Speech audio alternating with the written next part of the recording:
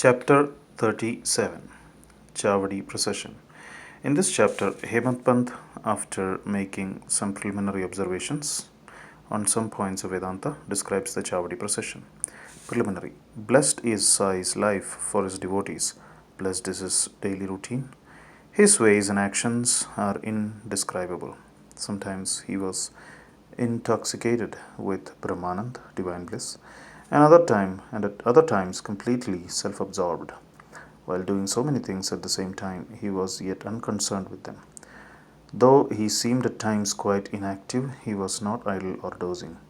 He always abided in his own self, though he looked calm and placid as the sea. He was deep and unfathomable.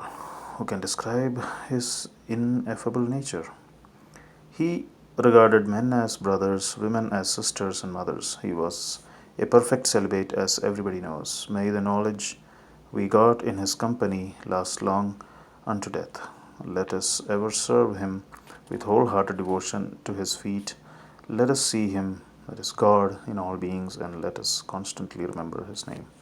Hemant Pant, after making some lengthy dissertations on some topics of Vedanta, which he himself considers as a digression, goes on to describe the Chavadi procession. Chavadi procession. Baba's dormitory has been already described. One day he slept in the masjid and on the next in the Chavadi near the masjid. He slept in the masjid and in the Chavadi on alternate days. This alternate sleeping at both these places went on till Baba's Mahasamadhi. From 10th December 1909, devotees began to offer regular worships to Baba in the Chavadi.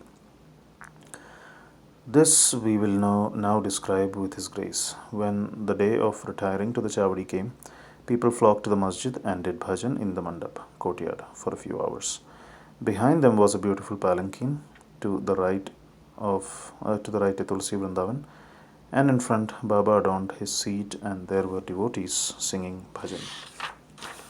Men and women who had a liking for the bhajan came in time. Some took tal, chiplis and kartal, mridang, khanjiri and ghol, all musical instruments, in their hands and conducted the bhajan. Sai Baba was the magnet who drew all the devotees to him.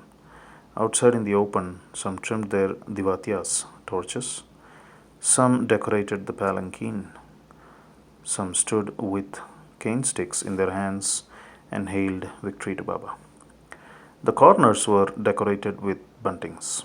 In the masjid, rows of burning oil lamps shed their light. Baba's horse Shyam Karna stood fully decorated outside. Then Tatya Patil came with a group of men to Baba and asked him to be ready.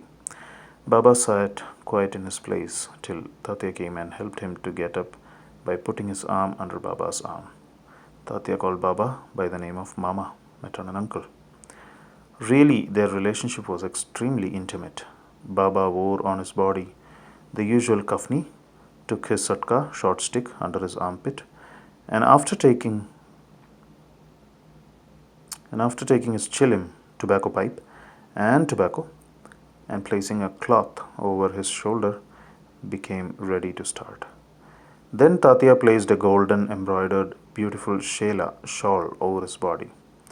After this, Baba himself put a few fuel sticks into the dhuni to keep it alive, and with his right hand extinguished the lamp burning near the dhuni, and then started for the Chavadi. Then all sorts of musical instruments, band and horns, etc., gave out different sounds, and fireworks exhibited various colored views. Men and women singing Baba's name started walking and doing bhajan to the accompaniment of mridang and veena. Some danced with joy and some carried various flags.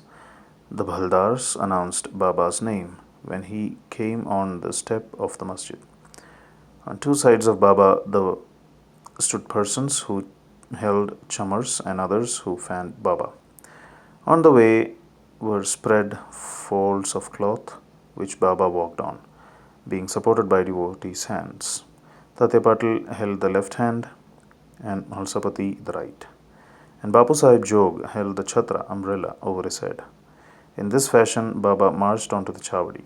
The fully decorated horse, named Shyamakarna, led the way, and were, behind him were all the carriers, waiters, musical players, and the crowd of devotees. Harinam, the name of Lord, was being chanted to the accompaniment of music, as also the name of Sai. In this manner, the procession reached the corner, and everyone who joined this party seemed pleased and delighted. On reaching this corner, Baba stood facing the Chavadi and shone with a peculiar aura. It seemed as if the face of Baba took over the glory of the rising sun. Baba stood there with a concentrated mind, facing the north as if he was signaling something. All the instruments played music while Baba moved his right hand up and down for some time. Kaka Has Sahib Dikshit at this time came forward with a silver plate containing flowers besmeared with gulal, that is red powder, and threw them on Baba's body off and on. The musical instruments played their best at this juncture, and Baba's face beamed with radiance and beauty, and all the persons viewed this lustre to their heart's content. Words fail to describe the splendor of this scene. Sometimes Malsapati began to dance as if possessed by some deity, but all were surprised to see that Baba's concentration was least disturbed. With a lantern in his hand, Tatya Patil walked on Baba's left side and Bhagat Malsapati on the right, holding in his hand the hem of Baba's garment. What a beautiful procession, and what an expression of devotion! To witness this, men and women, poor and rich, flocked there. Baba walked at very slow pace. Bhaktas followed on both sides with love and devotion.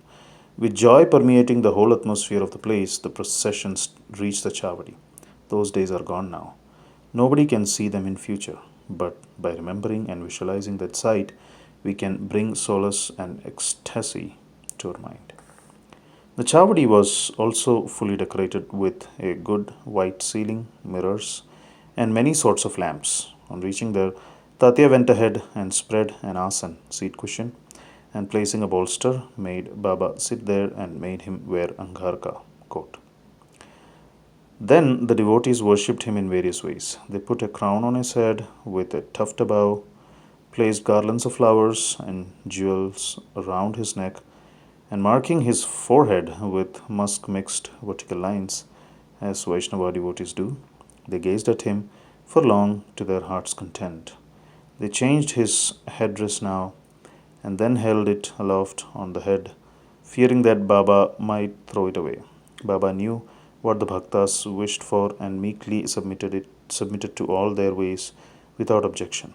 With their adornments, he looked wonderful and beautiful. Nana Sahib Nimonkar held the chhatra, state umbrella, with its beautiful pendants, which moved in circle with its supporting stick. Bapu Sahib Jog washed his feet in a silver dish, offered arghya and worship with due rituals, then besmeared his arms with sandal paste and offered him tambul, that is, betel leaves. Baba sat on the asan, gadi, while Tatya and others kept standing.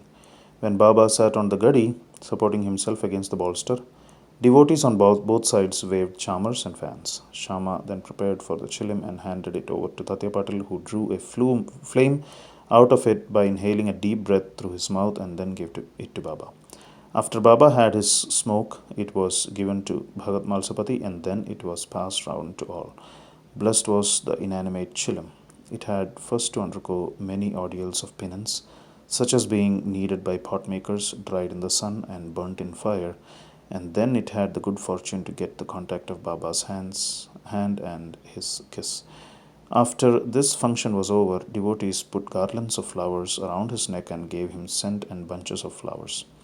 Baba, who was an incarnation of dispassion, cared a fig for all these necklaces of jewels and garlands of flowers and other decorations, but out of real love to his devotees, he allowed them to have their own way and to please themselves. Finally, Bapu Sahib Jog waved the arati over Baba, observing all formalities, and the musical instruments played their auspicious tunes. When this arati was over, the devotees returned home one by one, saluting Baba and taking his leave. When Tatya Patil, after offering chilim, attar, scent, and rose water, stood to depart, Baba said to him lovingly, "Guard me properly. Go if you like, but return sometimes at night and inquire for me."